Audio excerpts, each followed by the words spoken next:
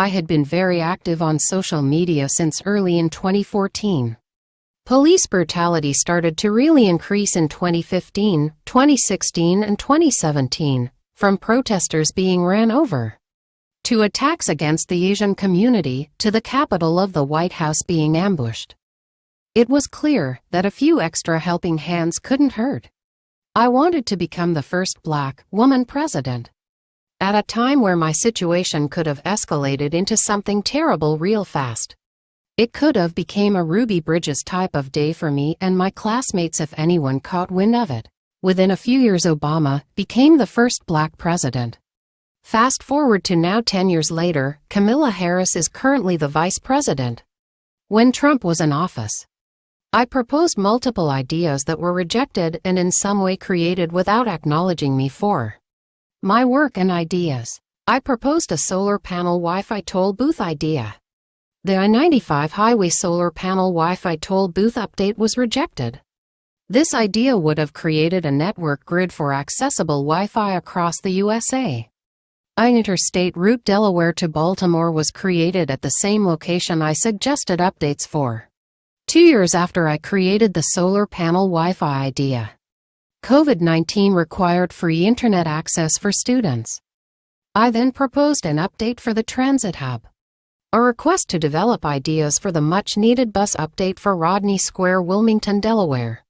My idea was yet again ignored, rejected, and within the next year plans were released to update 15 bus routes in between Wilmington and Newark. Buses in southern Delaware don't operate on Sundays. And unlike major metro cities, the last bus runs around 9:30 to 10. There are a few cities with no transportation routes at all.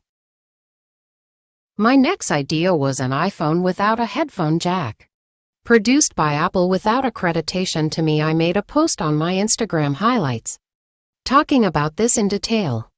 The highlight is called Tweets for anyone who wants to read this. My Instagram username is Bentley Cartier. I had originally created my idea because Apple said they were looking for new ideas on Twitter, months prior. The phone I had started to release radiation and electric shock waves. It eventually got so distorted it then began to glitch. I called Apple directly, no one was available to help me, so I then drove to the closest Apple store. I wanted to speak to a manager, and they refused to get someone. This led to me being removed by an officer and banned from the Apple store completely. After I caused a scene, getting a little loud. This made me feel super uncomfortable. Because at this point I wasn't even 21 years old yet. I had already spoken to more than 12 HR departments regarding jobs, aggressive employees, managers, and defective products. The next idea was a renovation idea which was stolen, edited somewhat, and an amusement center called American Dream was created.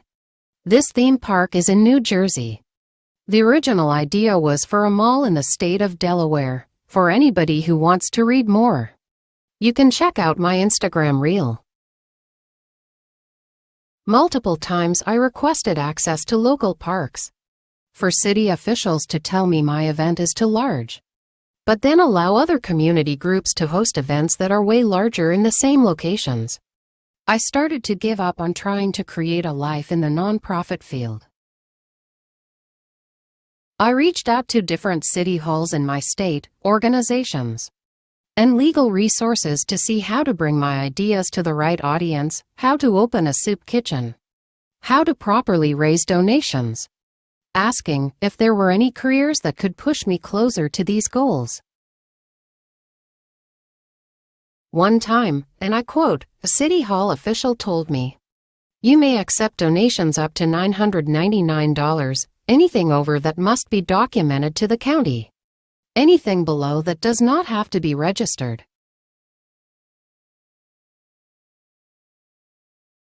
The best answer I got after 5 years was publicly speaking at City Hall meetings. They will open the floor to give you 2 minutes to address a narrative you choose. For me, this was always too short. It often limited what I could say and how I would deliver, causing me to cancel speaking often.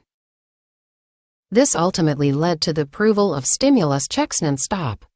Day in and day out, consistently networking, I proposed my idea to Senators John Carney and Bernie Sanders, amongst others.